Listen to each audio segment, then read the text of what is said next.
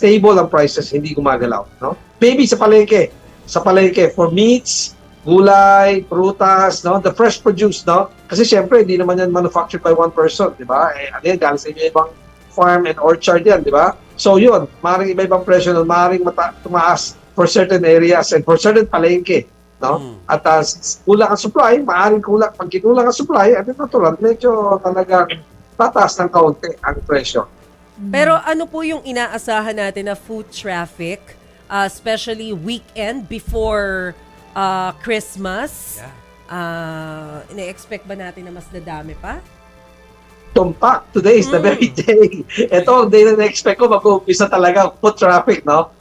Onwards to 5 days na lang, eh, no? 4 days na lang, 5 sleeping nights na lang, no? Till Christmas Day. Tonight, the traffic should be very heavy in the retail outlets, no? So, plan your trips, no? You cannot buy patay na oras, no? Eh, kaya lang, weekend na, wala na patay na Yun oras. na nga, Tuloy-tuloy na, eh. di ba? Oo. Abante, afternoon 2 o'clock, yan. 1 o'clock, yan. Medyo mas kumonti ng kaunti, di ba? At least, nabawasan ng stress.